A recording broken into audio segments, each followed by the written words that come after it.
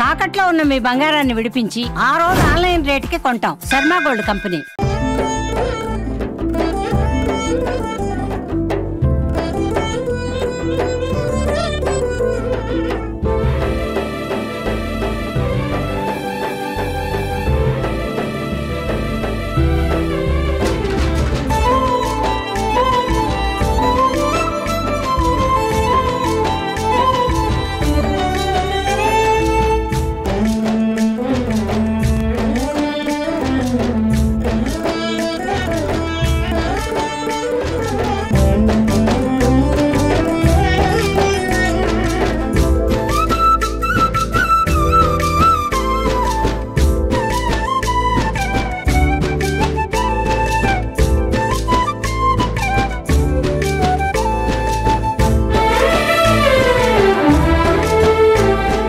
నమస్కారం, welcome to Suman TV.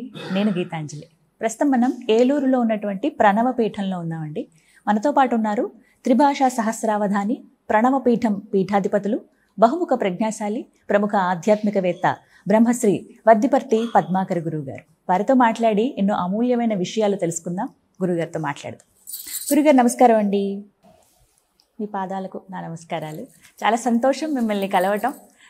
ఎప్పటి నుంచో అనుకుంటూ ఉన్నాం, సందర్భం రావాలి దేనికైనా అని అంటారు.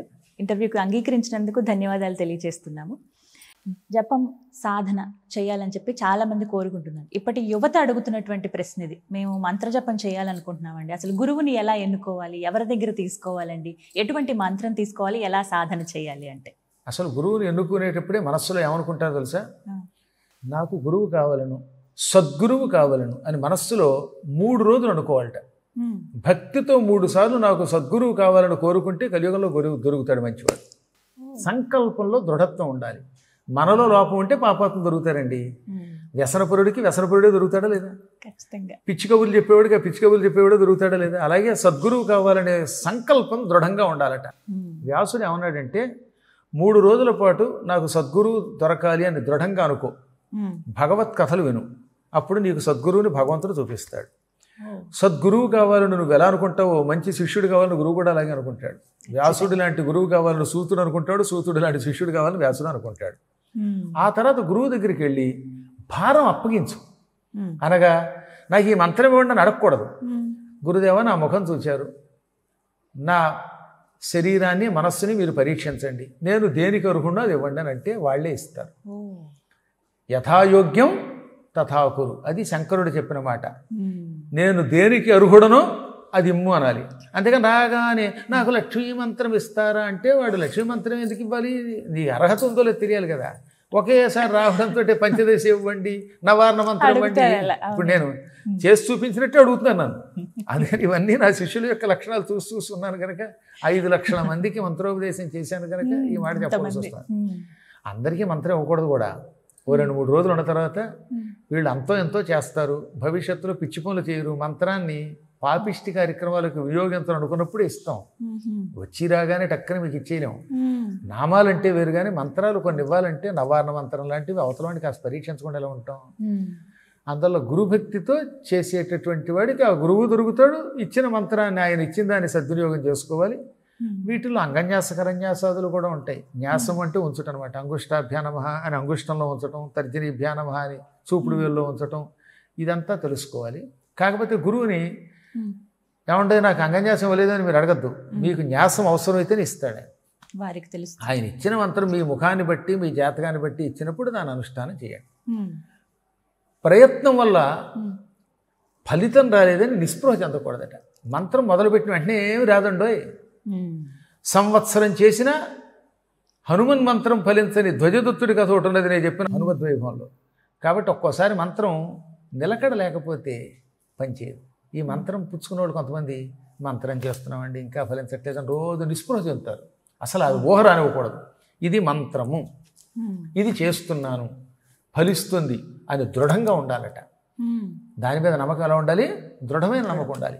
మంత్రే తీర్థే ద్విజే దైవే దైవజ్ఞే భేషజే గురవు యాదృశీ భావన యత్ర సిద్ధిర్భవతి తాదృశీ. మంత్రం మీద నీకు ఎంత ఎక్కువ నమ్మకం ఉంటే అంత బాగా సిద్ధిస్తుంది. తీర్థానికి వెళ్ళినప్పుడు ఆ తీర్థస్థలం మీద ఎంత ఎక్కువ నమ్మకం ఉంటే అంత బాగా ఫలిస్తుంది. నీ పురోహితుడి మీద నీకు ఎంత నమ్మకం ఉంటే అంత బాగా ఆయన ద్వారా ఫలితం వస్తుంది. దేవుడి మీద నీకు ఎంత ఎక్కువ నమ్మకం ఉంటే అంతకు తగిన ఫలితం వస్తుంది. జ్యోతిష్కుడి దగ్గరికి వెళ్ళినప్పుడు నమ్మాలి. మళ్ళీ ఆయన ముహూర్తం పెట్టాక పద్మాకర్ గారు ఈ ముహూర్తం బాగుందని ఇంకోటి అడగకూడదు. కాబట్టి దైవజ్ఞుడి మీద నమ్మకం ఉండాలి, వైద్యుడి మీద నమ్మకం ఉండాలి, గురువు మీద నమ్మకం ఉండాలి. అందుకని యాదృశీ భావన అంటే నీకు ఎటువంటి భావన ఉన్నదో, ఎంత నమ్మకం ఉన్నదో అంత ఫలితం వస్తుంది. అందులో పదే పదే ఓ రోజు చేసిన తర్వాత అయ్యో రాలేదు, ఫలితం రాలేదు, ఇంకెంతకాలం చేయాలి, ఇవేమొద్దు. ఆయన ఇచ్చాడు, నమ్మి చెయ్యి. చెయ్యగా చెయ్యగా చెయ్యగా ప్రయత్నం వల్ల ఫలితం వస్తుంది. ఇప్పుడు కొన్ని మంత్రాలు 15 రోజులకని 20 రోజులకని ఇంత సంఖ్య అని ఇస్తూ ఉంటారు కదండి. చేస్తున్నప్పుడు చెప్పేది అదే, ఫలితం మీద దృష్టి పెట్టడం. పెడితే అవుతుందన్నమాట, మనస్సు ఇంకో వైపుకి వెళ్ళిపోతుంది. అది మంత్రం చెయ్యాలి, చేయటం. అందువల్ల దాని మీద హడావిడో తొందరో రోజులు అయిపోవాలనో ఇటువంటివి పక్కన పెట్టేయండి. ఇదేం మాటలేంటి, టకటకటక 10 నిమిషాలు వంట అయిపోయి అక్కడ పెట్టడానికి. ఆ వంటే తేడాగా ఉంటే, హడావిడిగా ఉంటే సక్రమంగా చేయలేకపోతున్నాం కదా. ఇక మంత్రానుష్ఠానం చేస్తున్నప్పుడు అలా జాగ్రత్తగా చెయ్యాలి. జపమాలతోనే చేయాలి. జపమాలతో చేస్తే చాలా మంచిది. కాకపోతే అసలు సంఖ్య అక్కర్లేదు అనుకున్న వాళ్ళు హాయిగా చేసుకుపోవడమే. ఎందుకు 1000 2000 అని ఎవరికి కావాలి? భక్తితో చేసేయండి. 1 గంట చేస్తే 1000 సార్లు అవుతుంది అనుకుందాం. అప్పుడు ఒక 5-6 గంటలు చేస్తే 5000 అయిపోతుంది కదా. దీనికోసం మళ్ళీ ఈ చేత్తో పెట్టి నీ బర్త్డేని పెట్టుకోకుండా చేయడం ఎక్కువ లాభం. కోరికలు తక్కువగా ఉన్నవాళ్ళు జపమాల పెట్టుకోక్కర్లా. కోరికలు ఉండి 1000 సార్లు 5000 సార్లు 10 సార్లు 10,000 సార్లు చేయాలనుకున్న వాళ్ళు జపమాల పెట్టుకోండి. ఆ జపమాలలో కూడా రుద్రాక్ష కానీ తులసి కానీ స్ఫటికం కానీ వాడుకోండి. అది కూడా చెప్పాను కదా, అందరికీ అవసరంలా.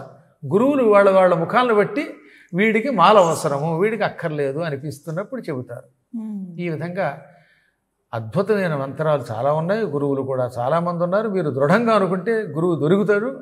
ఆ గురువు వచ్చాక మన జీవితమే మారిపోతుంది. స్థలం ఒక్కటి అడగాలనుకున్నానండి. ఏ స్థలంలో చేయాలి అంటే సన్నిధానమా? ఒకటి దేవాలయం.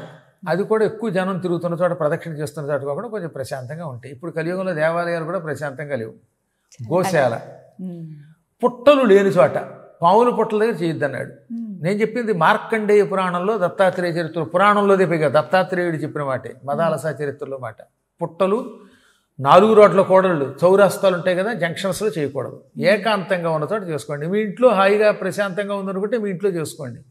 వీలున్నంత వరకు మనకి ఎవరి వల్ల భంగము కలగటం లేదు, జపభంగం అవ్వటం లేదు, అంటే డిస్టర్బెన్స్ లేదనుకున్న చోట చేయమన్నాడు. వాటిల్లో నది, ఆలయం ఇవి శ్రేష్టం. నది ఆలయం ఉన్న చోట అయితే కాశీ లాంటి క్షేత్రాలు గొప్పవి, నైమిషారణ్యం వంటివి ఇలాంటి చాలా ఉన్నాయి. వెళ్ళగలిగిన వాళ్ళు అవకాశం ఉన్నప్పుడు అక్కడికి వెళ్ళండి. అటువంటి క్షేత్రంలో దొరకకపోతే హాయిగా ఇంట్లో కూర్చొని చేసుకోండి. ఇప్పుడు మేము రేపు మాఘమాసం అయిపోయాక ఫిబ్రవరిలో శిశిర ఋతువులో పాల్గొన మాసంలో అంటే ఫిబ్రవరి 20వ తారీఖు నుంచి అమరకంటకం అని పెడుతున్నాం. అద్భుతం. మీరు ఎవరన్నా రావచ్చు. అమరకంటకం అంటే మధ్యప్రదేశ్లో ఉంటుంది. నర్మదా అనేది అక్కడే పుట్టింది. నర్మదా, అమరకంటకం అంటే నర్మద పుట్టిన చోట. అక్కడ ఒకసారి జపం చేస్తే 1,00,000 జపంతో సమానం. త్రిభి సారస్వతంతోయం సప్తాహేనతు యామునం పునఃసద్యాతి గాంగేయం దర్శనాదేవ నార్మదం. ఇది ఎందులో ఉంటుంది? స్కాంద పురాణంలో ఉంటుంది, రేవాఖండంలో శ్లోకం. అందులో ఏమన్నారు? 3 రోజులు వరుసగా సరస్వతీ నదిలో స్నానం చేస్తే పవిత్రుడు అవుతావు. 3 రోజులు స్నానం చేస్తే సరస్వతిలో పవిత్రుడు అవుతాడు. అదే యమునా నదిలో 7 రోజులు స్నానం చేస్తే పవిత్రుడు అవుతాడు. గంగలో ఒక్కసారి స్నానం చేస్తే పవిత్రుడు అవుతాడు.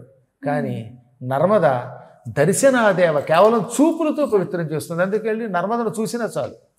అలాంటి దర్శనముతో పవిత్రము చేసే నర్మద పుట్టిన స్థలం అమరకంటకం. అంటే అక్కడ వడ్డాణంలాగా ఆ పర్వతం చుట్టూ ప్రవహిస్తూ ఉంటుంది నర్మద నదం. అది తూర్పు నుంచి పడమరకు ప్రవహిస్తుంది కనుక ఆ ప్రాంతంలో కనుక 7 రోజులు జపం చేయగలిగితే 7,00,000 పర్యాయములు జపం చేసిన ఫలితం వస్తుంది. అందుకని ఏం చేస్తున్నాం అనమాట, అక్కడ భాగవత సప్తాహం చేస్తున్నాం ఫిబ్రవరిలో.